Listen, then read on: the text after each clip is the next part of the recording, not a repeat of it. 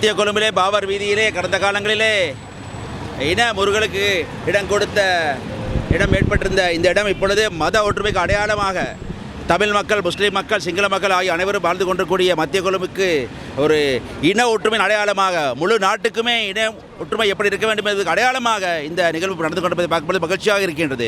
நாடு முழுக்க இப்பொழுது இனவாதம், மதவாதம், அடிப்படைவாதம் கிளர்ந்து எழுந்து செயல்பட்டு கொடுக்கிற காலகட்டத்திலே மத்திய கொழும்பில் வாழ்ந்து கொடுக்கிற நாங்கள், தமிழ் மக்கள், முஸ்லீம் மக்கள், சிங்கள மக்கள் ஆகிய நாங்கள் முழு நாட்டுக்குமே உதாரணமாக, முன் மாதிரியாக இருந்து கொண்டு நினைக்கும் பொழுது மகிழ்ச்சியாக இருக்கின்றது.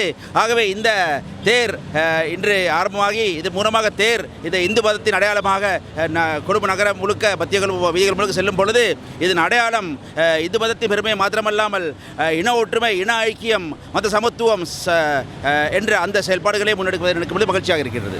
பாபர் வீதி ஸ்ரீ முத்துமாரியம்மன் தேவஸ்தானம் தலைவராக நான் பேசுகிறேன். இப்போதைக்கு ஒரு பிரச்சனையும் எங்களுக்கு இல்லை.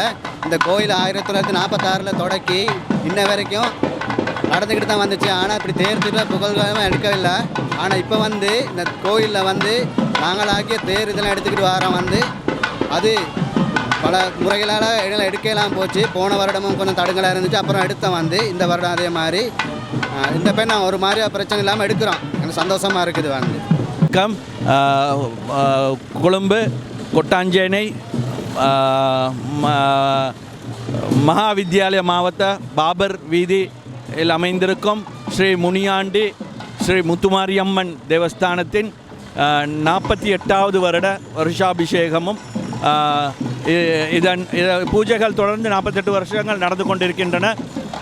இது தொடர்ச்சியான 3வது முறையான தேர் திருவிழா நடந்து கொண்டிருக்கின்றது.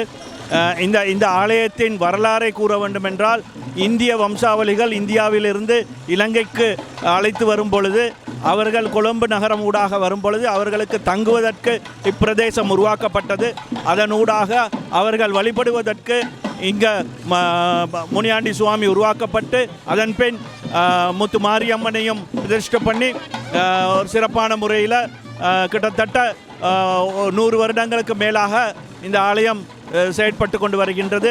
கடந்த கால யுத்த காலத்திலே இதன் செயற்பாடுகள் கொஞ்சம் மங்கி இருந்தது. மீண்டும் யுத்தம் முடிவற்றதுக்கு பின்பு சிறப்பான முறையில் திருவிழாக்களை எடுத்து பூஜைகளை நடாத்தி வருகின்றனர். இதற்கு ஒத்துழைப்பு கொடுக்கும் அனைத்து வர்த்தக பெருமக்களுக்கும் நாம் நன்றி தெரிவித்துக் கொள்கின்றோம். அதே போன்று லங்கா ஸ்ரீ பணத்தார்கள் எமது தேர்திருவிழாவை தங்களுடைய செய்தி பிரிவில் ஊடாக இதை எடுத்து இலங்கை வாழ் மக்களுக்கு தெளிவுபடுத்துவதற்காக நாம் நன்றி தெரிவித்துக் கொள்கின்றோம்.